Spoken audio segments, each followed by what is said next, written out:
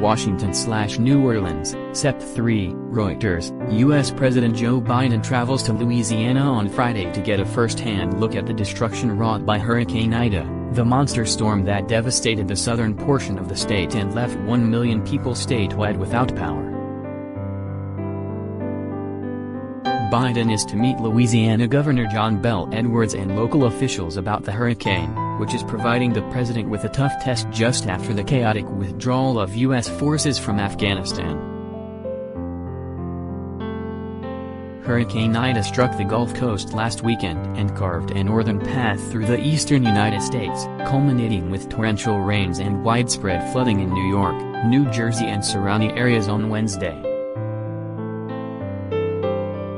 The fifth most powerful hurricane to strike the United States came ashore in southern Louisiana on Sunday, knocking out power for more than 1 million customers and water for another 600,000 people, creating miserable conditions for the afflicted who are also enduring suffocating heat and humidity.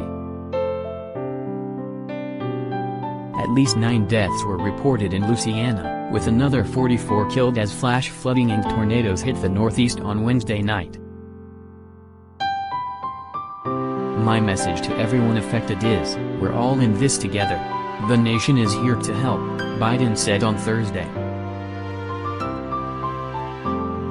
Biden will tour a neighborhood in La Place, a small community about 35 miles west of New Orleans that was devastated by flooding, downed trees and other storm damage, and deliver remarks about his administration's response.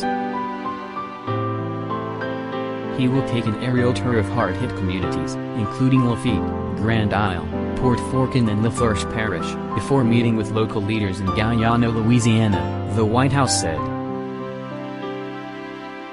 Officials who have flown over the storm damage reported astounding scenes of small towns turned into piles of matchsticks and massive vessels hurled about by the wind. Edwards said he would present Biden with a long list of needs including fuel shipments as most of the area's refining capacity was knocked offline and mile-long lines have formed at gas stations and emergency supply distribution centers. At Biden's direction, Energy Secretary Jennifer Granholm on Thursday authorized an exchange of 1.5 million barrels of oil from the Strategic Petroleum Reserve, SPR, to ExxonMobil, Zim.N, to relieve fuel disruptions in the wake of the hurricane. Several refineries including Baton Rouge remained cut off from crude and product supplies from the south via ship and barge after portions of the Mississippi River were closed by several sunken vessels. This is the first such exchange from the SPR in 4 years and demonstrates that the president will use every authority available to him to support effective response and recovery activities in the region, White House Press Secretary Jen Psaki said late on Thursday. Biden has also urged private insurance companies to pay homeowners who left in advance of the storm but not necessarily under a mandatory evacuation order. Don't hide behind the fine print and technicality. Do your job. Keep your commitments to your communities that you insure. Do the right thing and pay your policyholders what you owe them to cover the costs of temporary housing in the midst of a natural disaster. Help those in need, he said. While Louisiana tries to recover from the storm, the New York area was still dealing with crippling floods from Idaho.